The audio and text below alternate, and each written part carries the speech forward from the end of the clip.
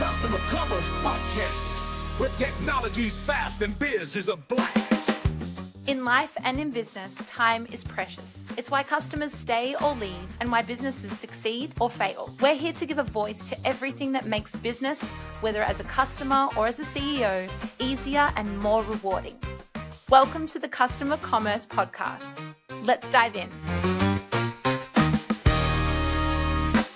Welcome, ladies and gents, to episode 16 of the Customer Commerce Podcast. I'm Jess, your host, and today we have another little espresso potty nugget brought to you by David Brier, branding guru, like saying the word guru is not really like a good thing to say these days. I feel like it has a bad rep. But when I mean guru, I mean like branding champion. He champions branding and branding champions him. So hello, good morning, David Brier. Good morning. Good morning. You can call me Slayer of the Mundane. You can call me a chief gravity defier. You can call me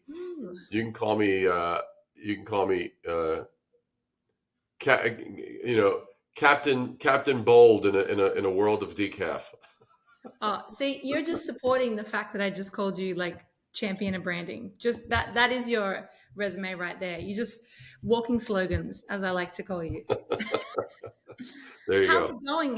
You're not close to the hurricane, are you? No, thankfully, luckily, we're quite a ways away. We're in the middle of the country, north, and so whereas they are in the southeast, and so I mean, I do have friends and clients down there with whom I'm hoping that they are all staying safe and well, just taking all the precautions necessary, because this is kind of like, this is a big one, back to back. It's the first one was bad. Now it's like back to back. It's like, geez Louise. Yeah, it's pretty intense. Yes.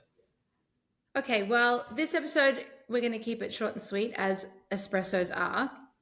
And I wanted to focus around, branding is your forte, right? And we have Black Friday coming up soon, Cyber Monday coming up, and then obviously Christmas. And we've touched on it a little bit in the past of strategies, and we will talk about it leading up to it as well with Michael and a few other guests that will be joining us. Yeah. But with you specifically, I wanted to talk about actually email marketing and messaging around e-commerce small businesses that are going to be promoting, putting out content during this holiday season. And I'm going to scroll down to some statistics I had because I want to start off with them and then I want to just let you let it rip. Yep. Okay. So a website called The Business Wire is I was actually reading a Salesforce article. This is where I got the stat from. Yeah. So they referenced a statistic from The Business Wire, and they found that 64% of consumers are more likely to open emails from brands during the holidays, with majority, 84%, indicating their preference towards discount-related content, meaning 84% of customers are looking to their email marketers for holiday discounts. And I totally contest to this because I want to get a Dyson hairdryer and they're like $600. So I'm like, no, I'm waiting for that email in my inbox come Black Friday, specifically Black Friday, because I want to get it so then I can open up as a Christmas present. And I so see how that's true. And so I wanted to talk about the messaging on that. And people are saying, I mean, there's even more data about the fact that consumers are not buying as much these days. They're saving more because of economy and stuff. But they are definitely still spending on the holidays. So in terms of messaging, branding, and making use of the emails that are going out, what do you think? What are the importances of that? And what are some tips maybe you can share with us? Well, I think the first thing is, who are you selling to? Because if you're selling to like a very affluent customer base, there's a very different mentality there. right? Mhm. Because there's one thing that I recently I was looking at. I was actually writing a little bit of an article and kind of going over. It's like time to especially to the affluent. Time is the ultimate luxury because money loves speed. Mhm. Money loves speed, right? Money doesn't love a discount. Money loves speed. If I can get something faster, I will pay more for it. So that totally flips the entire premise on its head. So what happens is that who are you buying? And first of all, like for example, let's take your example of the Dyson hairdryer, which my wife has one and she loves it. And so the thing is you're already predisposed. You're like, that's what I want. You're not looking for a hairdryer. You're looking for the Dyson hairdryer, right? So you're looking for the best deal of that product. So that's a different scenario. Whereas if someone's looking for, so are we, so I guess I would say for those that are listening, the first thing we have to look at is, are we selling something that's a commodity, or are we selling something that's actually, something that we want by name? You know, Rarely does someone say, "Hey, I want a luxury exotic car." They'll usually say, "I want a Mercedes or a BMW or an Aston Martin." Right? So are you in the category where you've elevated your brand to the point where it has name recognition and is being sought out? Because when I've built brands and such like that, one of the things is like if I'm targeting, for example, if anybody's in the food industry and they're selling like really amazing stuff for consumables for the holidays, as a gift, which is very, very popular, and that does billions in business annually. The one thing that I know from one of my clients was he was like, oh, he was kind of looking at his price point. Should he make it cheaper? This, that, the other. And I said, why would you make it cheaper? I said, so you're right, because here was his theory. If I make it cheaper, I will sell more product because now more people can buy it. That was the theory. And I said, I know your demographic. Your demographic are foodies. If you have something that they hear is amazing and that other people confirm is amazing, people will drive 30, 45 minutes, an hour out of their way, incurring the time and the cost of gas and everything else to just enjoy that thing, and they don't care about the price. So it's kind of like, so with regard to the question, if you're selling something as commodity, yes, price is going to drive it a lot. Now, if you're as it goes up the food chain of like being a more desirable or being sought after by name, you're more in the driver's seat, and you can look at, okay, is there a way for us to move people into a waiting list so that they're like first in line to get this when it is available? That could be an amazing perk, and people will pay more. See, here's the flip side of it. People will pay more for that advantage. So it's not just, there is a certain segment that will respond that's going to just be driven by price.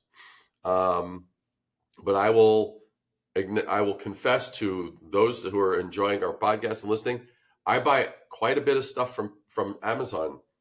I almost never look at the price. It's like I'm like, I need it, I want it. How many of them? How fast can I order it? How fast can I press place order? And how quickly can I get it delivered? Those are my metrics. I don't now just go, okay, let me see, is there a cheaper one than the one I'm looking at?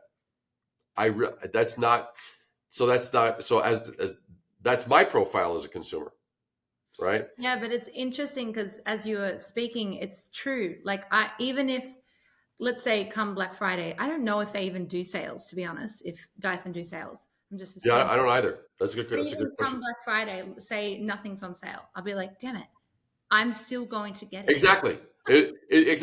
All that's going to happen is you're going to hit the little speed bump of, oh, damn it. And then you're going to whip out your credit card and you're going to buy it. And that's it. And for anyone at Dyson, you should be listening to this, and you should be rewarding this woman for giving all of this incredible brand advocacy. You should be saying, "My God, that's a committed customer."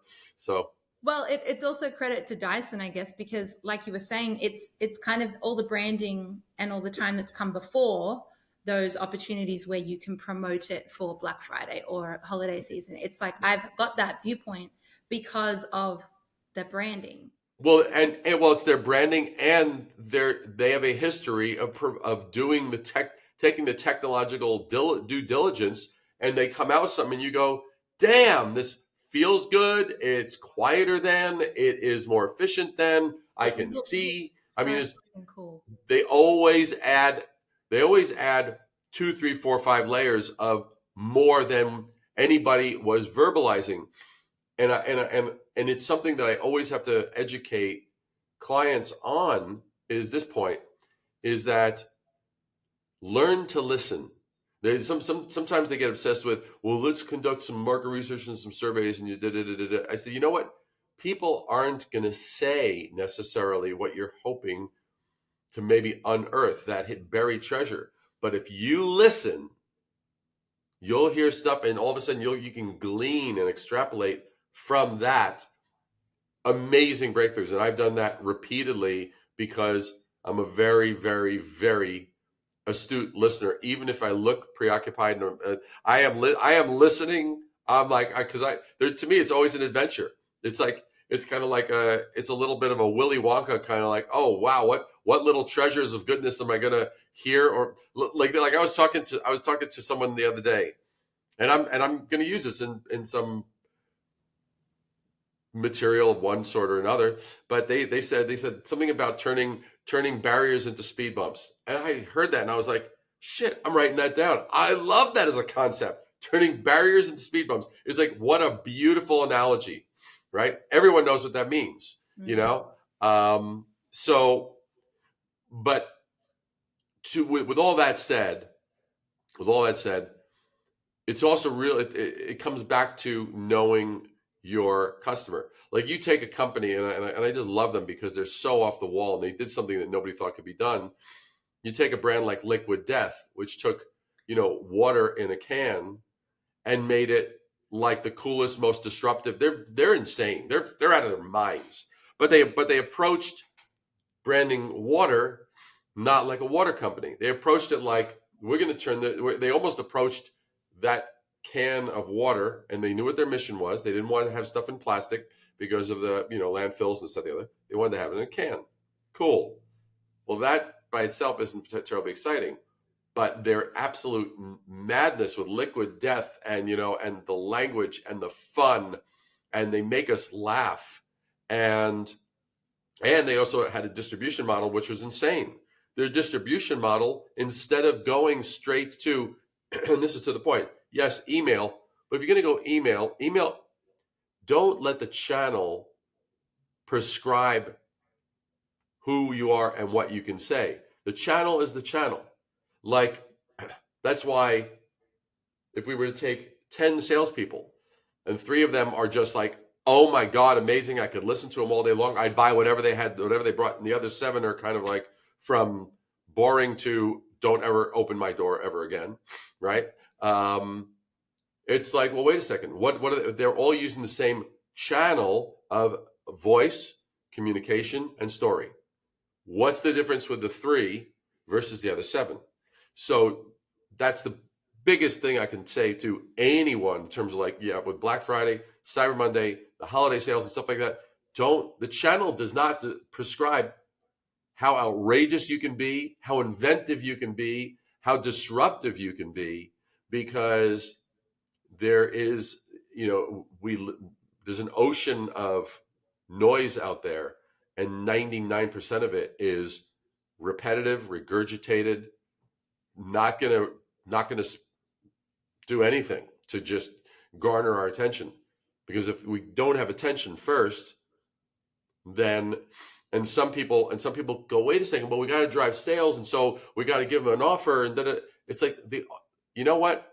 Attention you got to get first. Now, if your demographic is totally driven by economics, then okay, bang. It's like, instead of buy one get one free, it's like, we're going to go buy one get one for life. It's like, change it up. So Yeah. I love that. I really do love it, because in a way it might not be a short little, sales spike, but in the long term it does pay off, because then you're making those not repetitive, but if you shoot out an email like that or have a poem in the next one, or everything's done quite quirky and creative, you're slowly, or week by week or month by month, putting it into consumers' minds of like, they're different.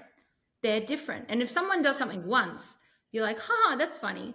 But if someone does something consistently, then you're kind of molding this idea about them. So that's really interesting. Okay, well then, to end off this little espresso, because I love all those little tips of just this year, almost challenging yourself as a business owner to just go outrageous, because it's like you're competing against so much noise. Well, but you know what? Look, I just want to interject something though, because here's a crazy approach. I'll give you a perfect example. So in America, Super Bowl is like the ultimate. You place an ad in Super Bowl. Oh my God. And there have been numerous companies. A company that built itself based on its Super Bowl ads was GoDaddy, and they were outrageous and they were salacious. And they had a girl who was a very buxom young lady who was talking in different scenarios. And every year it was like, what's going to happen with the GoDaddy girl, right? And and it was like several years. And then I don't think they've done an ad, and I haven't seen a GoDaddy ad in years. But now they're the honcho. But they built it on this memorable thing. There were those who hated it because they felt that it was making the woman just an object, treating her like an object, but whatever. I mean, okay, you're going to get lovers, you're going to get haters, but the worst scenario is to get indifference. I'd rather be loved or hated. The worst thing you want is indifference. So it's like, oh, they did an ad? Don't remember. Dead, right? Flatlining. But it's kind of a brilliant one. Sorry. But a brilliant one was this. Skittles, for a number of years, Skittles did a thing where I think it was along the lines of the Super Bowl ad you won't see during the Super Bowl or something like that. And they basically were doing commercials prior to the Super Bowl. So instead of taking a Super Bowl ad, they used the Super Bowl as an anchor of like a reference point. This is the ad you won't see. Here's the website, the URL, boom. And people went nuts, and it just was like it went viral, insane, because it was absolutely going the opposite direction. It's like we refuse to put an ad on the Super Bowl. It was like, and so what? And so all of a sudden they got unbelievable amount of coverage and press and all kinds of stuff. So it's kind of like, to me, the biggest takeaway from this is, can you figure out a way to zig when others are zagging? Can you, if everyone's doing blah, blah, blah, blah, blah, because if everyone's doing deals, what are you going to do? More of a deal, more of a discount? That's your big breakthrough. That's supposed to drive business. If it does anything, it might result in a bit of a spike, but you're not going to build the kind of loyalty, and you're not going to, because those people are looking, what are they loyal to? They're loyal to the cheap price, not your brand. So that's the thing you got to really, really take home. Do you want them? I mean, fine. If you want to have a little thing and a surge, great. But you better have a strategy that builds on that. Okay, you now have a relationship. You're in a discussion. Please convert that discussion into a relationship where there's some brand loyalty, brand recognition, and you have more to offer than just the cheapest price being offered during the holidays. Love it. Be the zig to the other zag. Yep. Yeah. Beautiful, David. Thank you so much. I will see you next week for another episode with Michael. Until then, stay safe and stay zigzaggy, or stay zaggy. Or stay zig when others zag, and bada when others boom, and kappa when others chino. Hey, of course that was going to come, a copy reference. I love it. See you, David. Alrighty. Thanks for joining us today. We hope you had an awesome time, leaving you with ideas on how to improve your business and wow customers. If you'd like to leave a real customer's story, head to the link in our show notes and cuss away. Love the show? Please subscribe and leave a review, because that enables us to help more businesses in building real relationships with customers and grow more rapidly. See you next time.